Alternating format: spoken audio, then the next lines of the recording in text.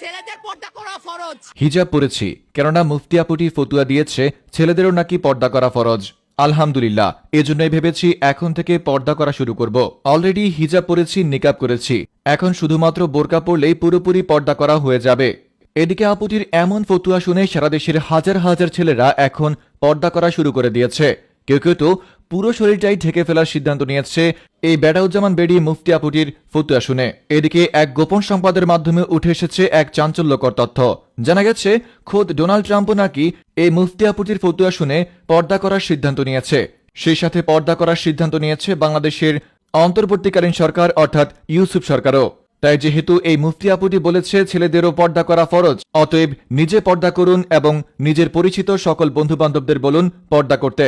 আবারও বলছি, ছেলেদেরও পর্দা করা ফরজ। মুফতি বেড়াউজ্জামান বেডির এই ফতুয়া নিয়ে বিস্তারিত দেখুন রিপোর্টার ইবলিস হোসেন শয়তানের রিপোর্টে।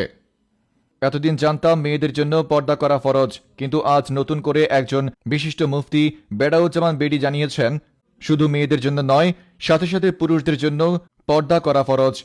মুফতি আপুটির এই কথা শুনে দেশের হাজারো যুবক এখন থেকে সিদ্ধান্ত নিয়েছে তারা পর্দা করা শুরু করবে। যেমন কথা তেমন কাজ, দেশের হাজারো যুবক এখন থেকে শুরু করে দিয়েছে পর্দা করা। তারা শুধু মুখ ঢাকার মধ্যেই সীমাবদ্ধ থাকছে না, সাথে সাথে তারা পর্দা করে পুরো শরীরেও ঢেকে ফেলার সিদ্ধান্ত নিয়েছে। এদিকে আপুটির এই কথা শুনে এখন থেকে ভাবছি আমিও পর্দা করা শুরু করব। হিজাব পরেছি, নিকাবও করেছি, এখন শুধু বোরকাটা কিনলেই হয়ে যাবে আমার সম্পূর্ণ পর্দা। আপুদের উদ্দেশ্যে বলছি, এখন থেকে আপনি নিজে পর্দা করবেন এবং আপনার ঘরে থাকা সকল ভাই এবং বাবাদের বলবেন পর্দা করতে। কেননা আমাদের এই মুফতি আপু বলে দিয়েছে ছেলেদেরও পর্দা করা ফরজ। যদিও কোরআনে উল্লেখ আছে ছেলেদের চোখের পর্দা করতে, কিন্তু কোথাও ছেলেদের পর্দা করা ফরজ এমনটা উল্লেখ নেই। এদিকে মুফতি আপুটির এই ফতোয়া শুনে দেশের হাজারো যুবক তো পর্দা করছেই, সেই সাথে পর্দা করছে দেশের খোদ অন্তর্বর্তীকালীন সরকার ইউসুফ সরকার। এদিকে শুধু ইউসুফ সরকারের মধ্যে সীমাবদ্ধ থাকছে না, এই ফতোয়া চলে গেছে স্বয়ং ডোনাল্ড ট্রাম্পের কাছে।